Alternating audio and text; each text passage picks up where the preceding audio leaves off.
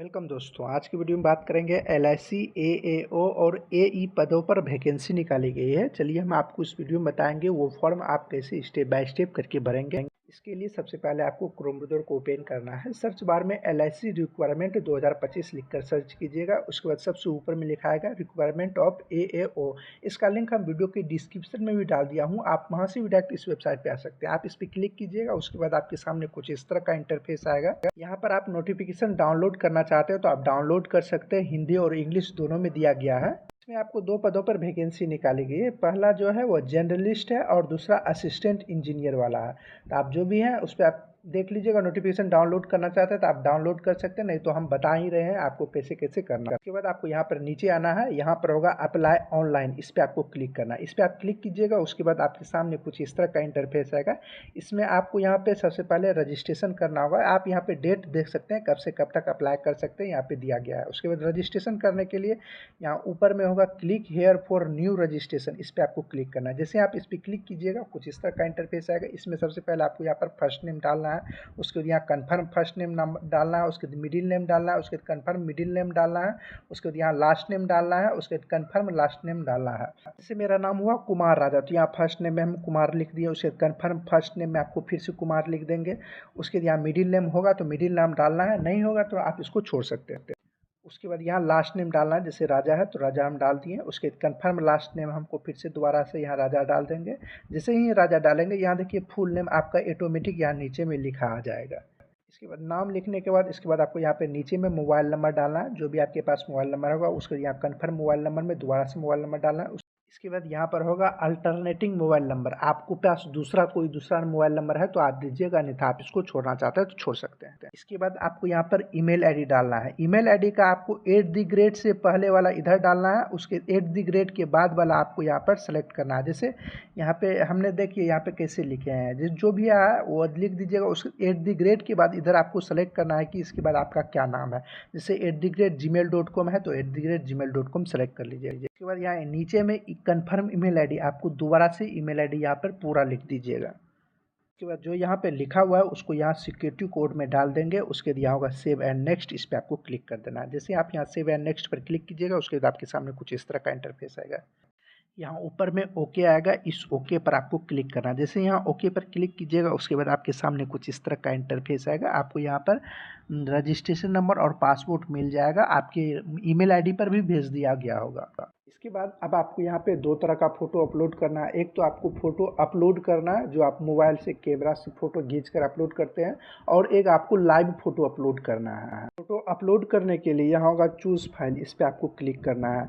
आप जो photo upload कीजिएगा वो 20 KB से 50 KB के बीच में ही आपको फ़ोटो अपलोड होगा। फ़ोटो अपलोड करने के लिए यहाँ चूज़ फाइल होगा, इस पर आप क्लिक कीजिएगा। उसके बाद जहाँ भी आप फ़ोटो रखे होंगे जिस भी फाइल में, उस फाइल को आप सेलेक्ट कीजिएगा तो यहाँ फ़ोटो आपको यहाँ पर दिखाई देने लगेगा कुछ इस तरह से। इसके बाद अब आपको लाइव फ़ोटो अपलोड करना है। इसके लिए यहाँ होगा कैप्चर फ़ोटो, इस पर आप क्लिक कीजिएगा। उसके लिए यहाँ होगा कैप्चर, इस पर आपको क्लिक करना है। इसके बाद आपका यहाँ पे अपना जो साइज होता है मुंडी का उसके कैमरा के सामने कीजिएगा। उसके लिए यहाँ होगा कैप्चर अगेन, इस पर आपको क्लिक करना है। अगर यहाँ से नहीं होता है तो आपको मोबाइल से कर लेना है, क्योंकि लैपटॉप और कंप्यूटर का जो कैमरा होता है उससे आपका लाइव फ़ोटो अच्छे से नहीं आएगा। अगर एक्स्ट्रा कैमरा लगा हुआ है अलग से तब आएगा फ़ोटो अच्छा से। अगर आप मोबाइल से करें, यहाँ मोबाइल का भी ऑप्शन दिया गया है कि आप मोबाइल से भी डायरेक्ट लाइव फ़ोटो अपलोड कर सकते हैं, आपको कुछ नहीं करना है। इसके लिए यहाँ कट का निशान होगा, इस कट पर क्लिक करना है। इसके बाद यहाँ होगा क्लिक हेयर टू स्कैन, इस पर आपको क्लिक करना है। इसके बाद यहाँ स्कैनर होगा, स्कैनर को आपको स्कैन करना है। स्कैनर करने के लिए सबसे पहले आपको क्रोम ब्राउज़र को ओपन करना है। यहाँ पे कैमरा का निशान होगा, इस पर आप टिक कर दीजिएगा। उससे कुछ वेट करना है, उसके बाद आपको देखिए यहाँ पे हो जाएगा। उसी स्कैनर को इस कैमरे के सामने में जाकर यहाँ पर सर्च का निशान होगा, इस सर्च पर क्लिक कीजिएगा। ये ऑटोमेटिक आपको लॉगिन हो जाएगा, आपके मोबाइल में कैप्चर का ऑप्शन आएगा कुछ इस तरह से, देखिए यहाँ पे आएगा। उसके बाद यहाँ होगा कैप्चर फोटो, इस पर आपको क्लिक करना है। उसके बाद एलो होगा, उसके बाद एलो ऑल टाइम होगा, इस पर आपको क्लिक कर देना है। इसके बाद आपका जो भी कैमरा का होगा उस कैमरे के सामने अपना पिक्चर कीजिएगा, उसके बाद फ़ोटो आपका कैप्चर हो जाएगा। कैप्चर होने के बाद यहाँ पर होगा सही का निशान, इस पर आप टिक कर दीजिएगा। उसके बाद यहाँ पे फिर से ये ऑटोमेटिक आपको यहाँ पे थोड़ा सा वेट करना है। वेट करने के बाद फिर से आपका यहीं पर आ जाएगा। इसके बाद आप अपना यहाँ पे लैपटॉप पे देखिएगा, यहाँ लोडिंग का ऑप्शन आएगा, ये ऑटोमेटिक लोडिंग लेने लगेगा। लोडिंग लेने के बाद जैसे ही लोडिंग पूरा कंप्लीट होगा, देखिए यहाँ पर आपका फ़ोटो आ जाएगा। इस तरह से आप लाइव फ़ोटो कैप्चर कर सकते हो। इसके बाद 10 से 20 केबी के बीच में आपको सिग्नेचर अपलोड करना है। अपलोड करने के लिए यहाँ होगा चूज़ फाइल, इस पर आपको क्लिक करना है। इसके बाद जहाँ भी आप सिग्नेचर रखे होंगे, जिस भी फाइल को, उस फाइल को आप सेलेक्ट कीजिएगा। तो जैसे ही सिग्नेचर अपलोड होगा, यहाँ पर आपका सिग्नेचर यहाँ पे शो होने लगेगा। इसके बाद आपको यहाँ पर बॉक्स होगा, इस बॉक्स पर क्लिक कर दीजिएगा। उसके नीचे में भी होगा बॉक्स, आई कन्फर्म पर क्लिक कीजिएगा। उसके यहाँ होगा नेक्स्ट, इस पर आपको क्लिक करना है। इसके बाद आपके सामने कुछ इस तरह का इंटरफेस आएगा।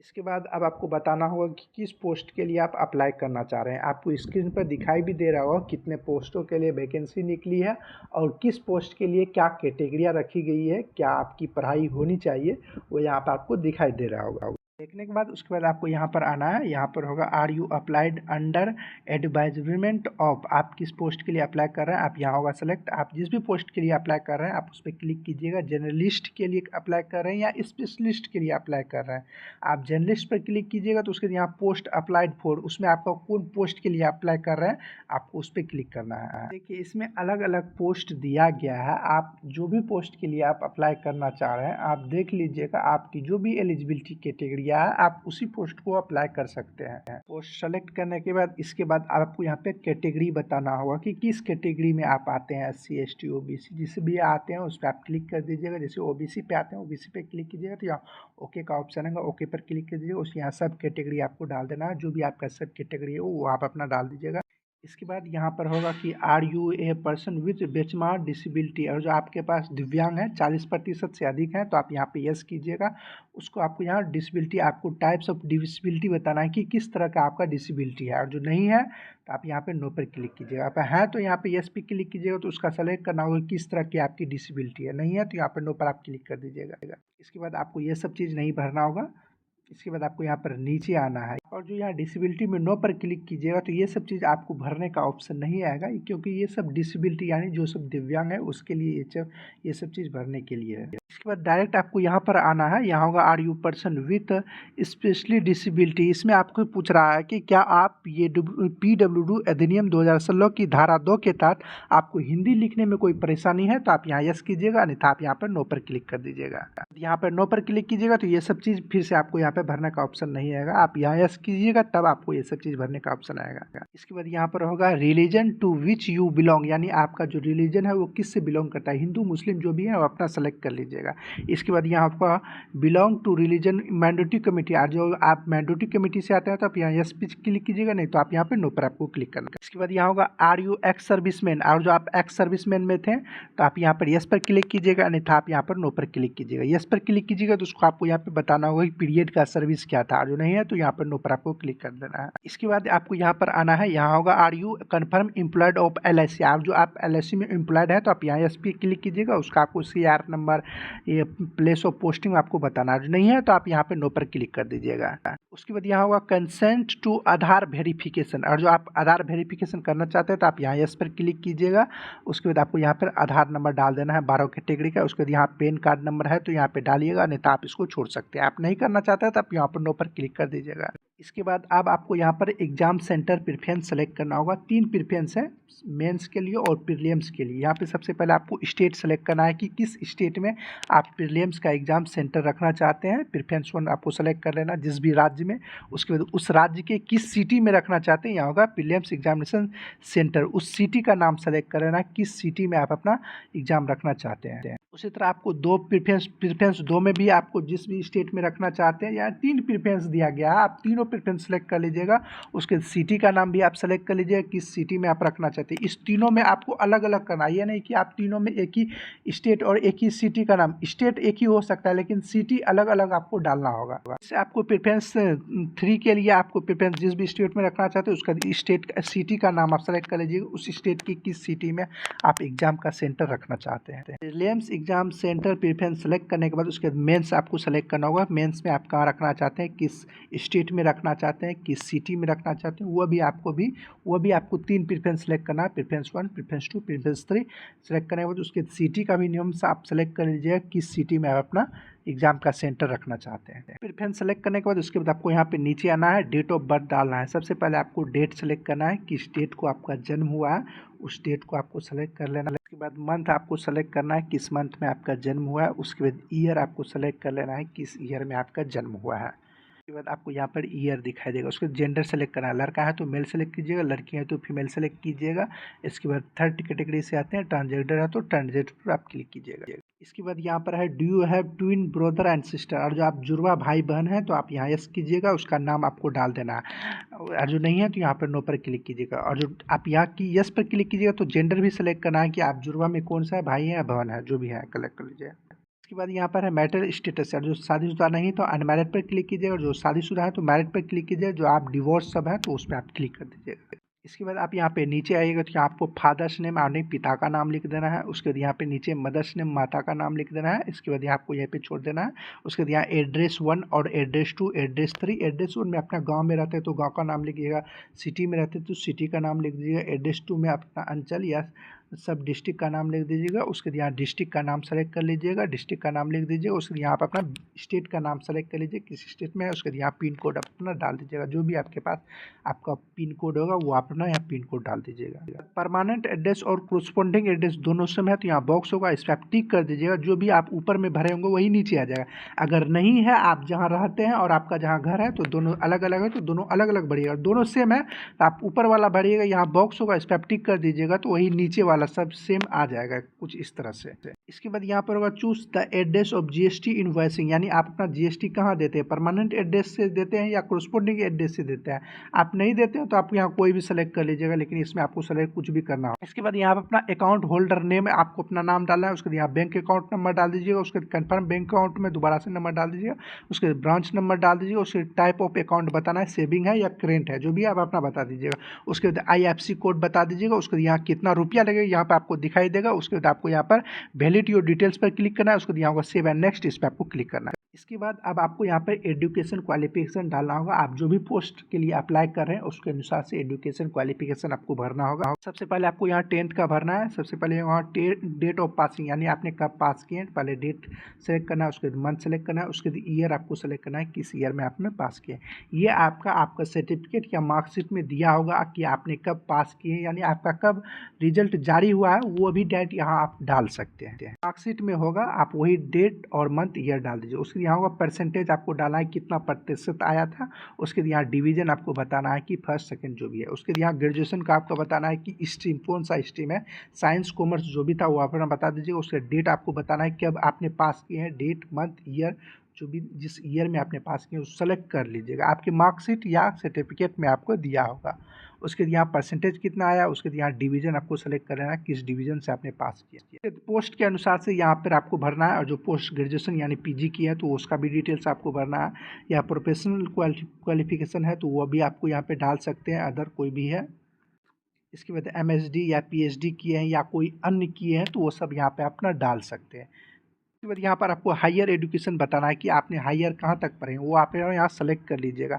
ग्रेजुएशन पास किए हैं यानी हायर आपका ग्रेजुएशन पास है तो यहाँ ग्रेजुएशन आप सेलेक्ट कर लीजिएगा, यानी आपने हाईएस्ट कहाँ तक पढ़ाई की है वही आपको यहाँ पे सेलेक्ट करना है। उसके बाद यहाँ होगा नेम ऑफ द एम्प्लॉयर, जो कोई एम्प्लॉय है कहीं नौकरी कर रहे हैं तो आपको यहाँ पे डिटेल्स भरना होगा, क्या वर्क कर रहे हैं, कब से कब तक आप कर रहे हैं वर्क, कब स्टार्ट किए थे, वही सब आपको यहाँ पे बताना। आप और जो नहीं कर रहे हैं तो डायरेक्ट यहाँ पर नो पर क्लिक कर दीजिए। आप किए हैं तो उसका डिटेल्स आपको भरना होगा। आप जो भी कर रहे हैं तो आपको मालूम होगा आप क्या सब कर रहे हैं।